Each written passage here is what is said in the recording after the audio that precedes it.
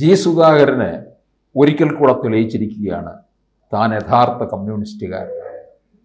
അതാണ് നമ്മൾ കഴിഞ്ഞ ദിവസം ആലപ്പുഴ വലിയ ചുടുകാട്ടിൽ കണ്ടത്. തീർച്ചയായിട്ടും ഒറ്റുകാരാൽ ഒറ്റുകൊടുക്കപ്പെട്ട ഒരു സഖാവിൻ്റെ കമ്മ്യൂണിസത്തോടുള്ള ദൃഢമായിട്ടുള്ള ഒരു പ്രതിബദ്ധതയാണ് ആലപ്പുഴയിലെ വലിയ ചുടുകാട്ടിൽ നമ്മൾ കണ്ടത്. നമ്മുടെ മനസ്സിലൊരു കനലായിട്ടെരിയുന്ന ഒരു കാഴ്ചയാണ് ആ വലിയ ചുടുകാട്ടിൽ കഴിഞ്ഞ ദിവസം നമ്മൾ കണ്ടത്. അഴിമതിയുടെ കറപുരളാത്ത, കമ്മ്യൂണിസ്റ്റ് സംസ്കാരം അസ്ഥിയിൽ പിടിച്ച ഒരു സഖാവിൻ്റെ, ഒരുപക്ഷെ ഒരു സംസ്ഥാനത്തിൻ്റെ മുഖ്യമന്ത്രി പദം പോലും സ്വയത്തമാക്കാൻ കപടമാർഗങ്ങളിലൂടെ കഴിയുമായിരുന്ന ഒരു സഖാവിൻ്റെ ഒരുപക്ഷെ വിലാപകാവ്യം, ഒരു ശോകഗാനം കൂടിയായിരുന്നു അതെന്നും തോന്നിപ്പിക്കും. കാരണം പാർട്ടിയാൽ തിരസ്കരിക്കപ്പെട്ട് ബ്രാഞ്ച് തലത്തിലേക്ക് തരം താഴ്ത്തപ്പെട്ട് അപ്പോഴും കമ്മ്യൂണിസ്റ്റുകാരനായി ഉറച്ചു നിന്നുകൊണ്ട് ഉൾപാർട്ടി ജനാധിപത്യത്തിലൂടെ പാർട്ടിയുടെ പോക്കിനെ വിമർശിക്കാൻ ചങ്കൂറ്റം കാണിക്കുന്ന സ്വന്തം അനിയനെ പാർട്ടിക്ക് വേണ്ടിയുള്ള പോരാട്ടത്തിൽ നഷ്ടപ്പെട്ട ഒരു സഖാവിൻ്റെ ദീനരോധനമായിട്ട് വേണമെങ്കിൽ വിശേഷിപ്പിക്കാം. പക്ഷേ പ്രതിബന്ധങ്ങൾക്ക് തകർക്കാനാവാത്ത കമ്മ്യൂണിസ്റ്റ് കരുത്തിൻ്റെ കനലൊരു തരിമതി എന്നുള്ള സന്ദേശമായിട്ടും വേണമെങ്കിൽ വായിക്കാം. അതെന്തായാലും ഒരു സന്ദേശ കാവ്യം തന്നെയാണ്. അത് കാണുന്നവർക്ക് അവരുടേതായിട്ടുള്ള വ്യാഖ്യാനങ്ങൾ, ആഖ്യാനങ്ങൾ ഒക്കെ ചമയ്ക്കാൻ കഴിയും. എങ്കിലും ഒരു വലിയ പ്രതീകം, വയലാർ പറഞ്ഞതുപോലെ രണസ്മാരകങ്ങളെ സ്മരണകൾ ഇരമ്പും രണസ്മാരകങ്ങളെ എന്ന് പറഞ്ഞതുപോലെ തന്നെ ഓർമ്മപ്പെടുത്തലാണ്. വാരിക്കുന്തവുമായി ആവേശത്തോടുകൂടി CP-യുടെ പട്ടാളത്തിൻ്റെ തോക്കിനും പീരങ്കികൾക്കും നേരെ ചെന്ന് ജീവൻ കൊടുത്ത സഖാക്കൾക്കുണ്ടായിരുന്ന ഉറച്ച ബോധ്യം, കമ്മ്യൂണിസ്റ്റ് ബോധ്യം, ഒരു നാൾ ഇവിടെ കമ്മ്യൂണിസം വരും, സോഷ്യലിസം വരും, എല്ലാവരും സമത്വത്തോടെ തുല്യരായി ജീവിക്കുന്ന ഒരു സമൂഹം വരുമെന്ന ഒരിക്കലും നടക്കാത്ത സ്വപ്നം സാക്ഷാത്കരിക്കാൻ വേണ്ടി സ്വന്തം ജീവൻ ബലി കൊടുത്ത സഖാക്കളുടെ ഓർമ്മയാണ് വരുന്നത്. ഇന്നിപ്പോൾ സുധാകരനെ പാർട്ടിക്ക് വേണ്ട, VS അച്യുതാനന്ദനെ പാർട്ടിക്ക് വേണ്ട, MN വിജയനെ പാർട്ടിക്ക് വേണ്ട, വേണ്ടത് രാജേഷ് കൃഷ്ണനെയാണ്, വേണ്ടത് മുഹമ്മദ് ഷർഷാദിനെ. മുഹമ്മദ് ഷർഷാദ് വ്യവസായിയാണെങ്കിൽ രാജേഷ് കൃഷ്ണ പവർ ബ്രോക്കർ എന്നും ഒന്ന് വിളിച്ചു പറഞ്ഞാൽ മതി ഏത് കാര്യവും പരിഹരിക്കാൻ ശക്തനായ ഒരു വ്യക്തി. അതുപോലെ തന്നെ ഒരുപക്ഷെ മാധവ പൊതുവാളുമാണ് ഇന്ന് വേണ്ടത്. അടുത്ത തെരഞ്ഞെടുപ്പിൽ ഞങ്ങൾ ജയിക്കുമോ, എനിക്ക് മുഖ്യമന്ത്രിയാവാൻ പറ്റുമോ എന്ന് ചോദിക്കുക. ഇങ്ങനെയൊക്കെ ആയിരിക്കുന്നു പാർട്ടി എന്ന് പറയുന്നത്. അതുയർത്തിയ നവോത്ഥാന ആശയങ്ങൾ വഴിയിൽ വീണ ഗോപുരങ്ങളായിരിക്കുന്നു. ഇതുകൊണ്ട് തന്നെ ആയിരിക്കും അവർ ഈ അന്ധവിശ്വാസത്തിനെതിരെയുള്ള ബില്ല് ഇതുവരെ കൊണ്ടുവരാതിരിക്കുന്നത്. കാരണം ഇപ്പോൾ അന്ധവിശ്വാസങ്ങളാണ് പാർട്ടിയെ നയിക്കുന്നത്.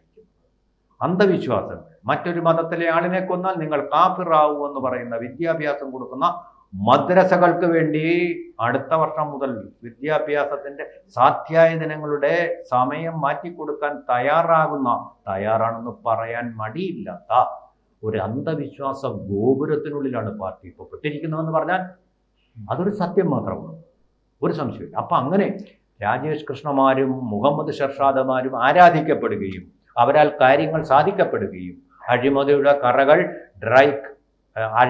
കറകൾ അലക്കു യന്ത്രത്തിൽ എന്ന പോലെ അത് ഇല്ലാതാക്കി കൊടുക്കുകയും ചെയ്യുന്ന ഒരു ഏജന്റാണ് രാജേഷ് കൃഷ്ണ എന്ന് പറഞ്ഞത് പാർട്ടിയുമായിട്ട് ബന്ധമുള്ള, പാർട്ടിയുടെ തന്നെ സഖാവായിട്ടുള്ള മുഹമ്മദ് ഷർഷാദാണ്.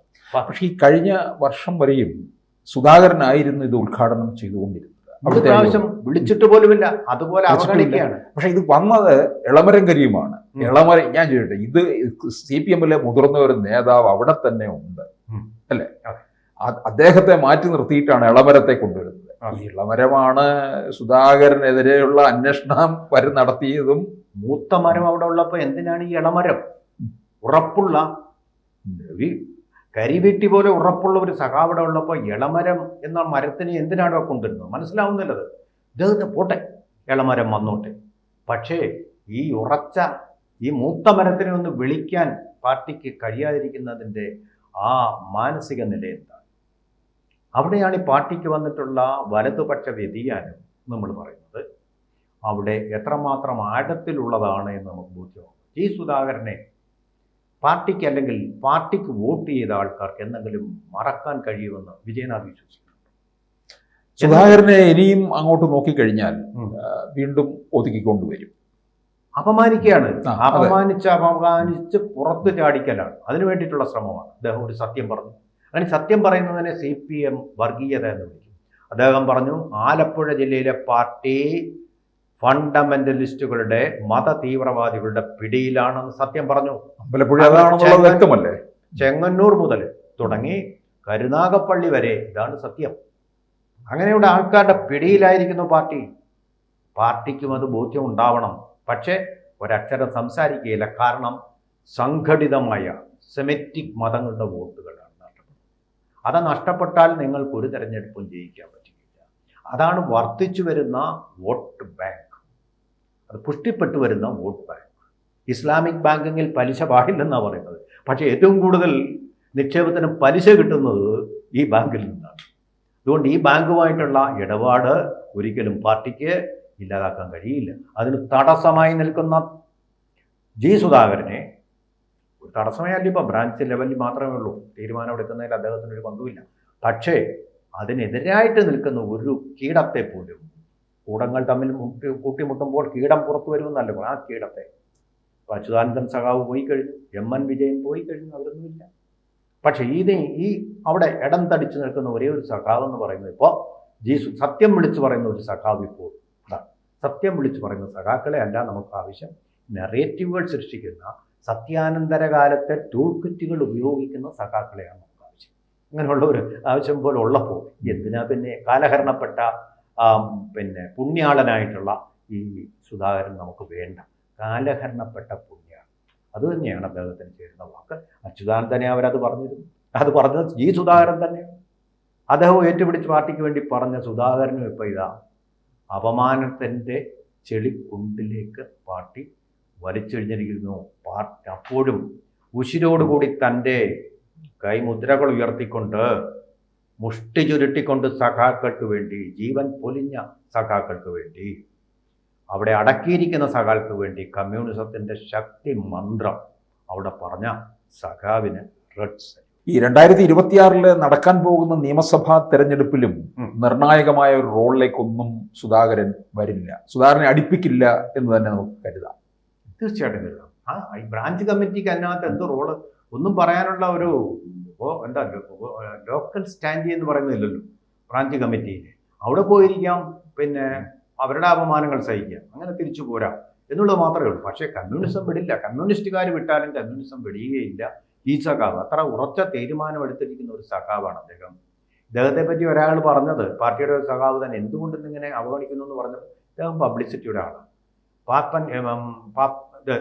പിരപ്പൻകോട് മുരളി പാർട്ടിയുടെ എത്ര നാടകങ്ങൾ എഴുതി ശരിക്കും തോപ്പിൽ ഭാഷയുടെ അത്ര എത്തിയില്ലെങ്കിലും അവർക്ക് ഇനി ഈ പ്രായത്തില് പിരപ്പൻകോട് മുരളിക്കായാലും സുധാകരന് ഈ പ്രായത്തിൽ ഇനി പബ്ലിസിറ്റിയുടെ ഒന്നും ആവശ്യമില്ലല്ലോ. ആവശ്യം പോലെ കിട്ടിയിട്ടുണ്ടല്ലോ അവർക്ക്. അല്ല, സുധാകരൻ ഒരിക്കലും അങ്ങനെ പബ്ലിസിറ്റിയുടെ ഒരാളാണെന്ന് ഒരിക്കലും എനിക്ക് തോന്നുന്നില്ല. അതിന്റെ ഒരിക്കലുമായി സത്യം പറയുന്ന ഒരാൾ, അതാണ് പ്രശ്നം. പിരപ്പൻകോട് മുരളിയും അതുപോലെ സത്യം പറയുന്ന ആളാണ്. ഇവിടെയാണ് പ്രശ്നം. കള്ളത്തരങ്ങളില്ല, അഴിമതിയില്ല. അവർക്ക് ആവശ്യം അങ്ങനെയുള്ള ആൾക്കാരെ അല്ല, പിരപ്പൻകോട് മുരളിയെയും ജി സുധാകരനെയും അല്ല പാർട്ടിക്കുന്ന ആവശ്യം. അവർക്ക് ആവശ്യം രാജേഷ് കൃഷ്ണ, അതുപോലെ തന്നെ മുഹമ്മദ് ഷെർഷാദിൻ്റെ കയ്യിൽ പണമുണ്ട്, അതുപോലെ രാജേഷ് കൃഷ്ണയുടെ കയ്യിൽ സ്വാധീനമുണ്ട്.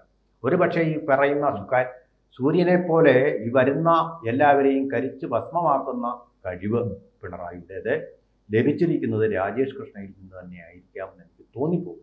ഇതൊരു എൻ്റെ അറിവല്ല, തോന്നിപ്പോകും. കാരണം അത്രയധികം ആഗോള സ്വാധീനമുള്ള ആളാണ്. ലണ്ടനിലെ ഒക്കെ ഉള്ള പാർട്ടിക്കാരെന്ന് പറയാൻ പറ്റത്തില്ല. എന്താണ് പാർട്ടി മെമ്പർന്നോ ഒന്നും പറയാൻ പറ്റത്തില്ല. എന്താ കാര്യം? പാർട്ടി രജിസ്റ്റർ ചെയ്യപ്പെട്ടിരിക്കുന്നത് കേന്ദ്ര ഇലക്ഷൻ കമ്മീഷനിലാണ്.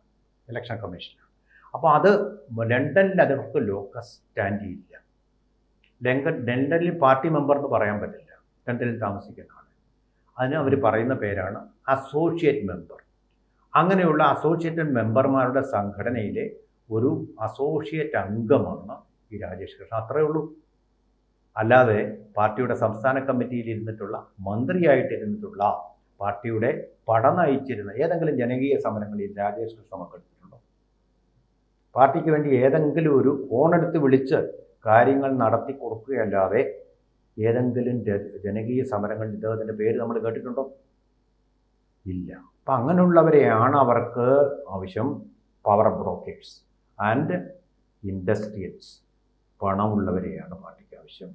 അഴിമതിക്കെതിരെ സത്യം പറയുന്നത്. സത്യമല്ല പാർട്ടിക്ക് ആവശ്യം, അഴിമതിയാണ് പാർട്ടിക്ക് ആവശ്യം എന്നുള്ള ഒരു കാര്യമാണ് ഒറ്റയ്ക്ക് നിന്നുള്ള ഈ പോരാട്ട വീര്യം പ്രദർശിപ്പിച്ച കവി കൂടിയായിട്ടുള്ള ജി സുധാകരൻ്റെ നമ്മളെയൊക്കെ മനസ്സിനെ മഥിക്കുന്ന ആ ചിത്രം നമ്മളെ ഓർമ്മപ്പെടുത്തും. അതൊരു ഓർമ്മപ്പെടുത്തലാണ്.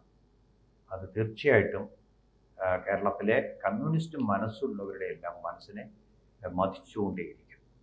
കൂടുതൽ വാർത്തകളും വിശേഷങ്ങളും നിങ്ങളിലേക്ക് എത്താൻ ABC മലയാളം സബ്സ്ക്രൈബ് ചെയ്യുക, ബെൽ ബട്ടണും അമർത്തുക.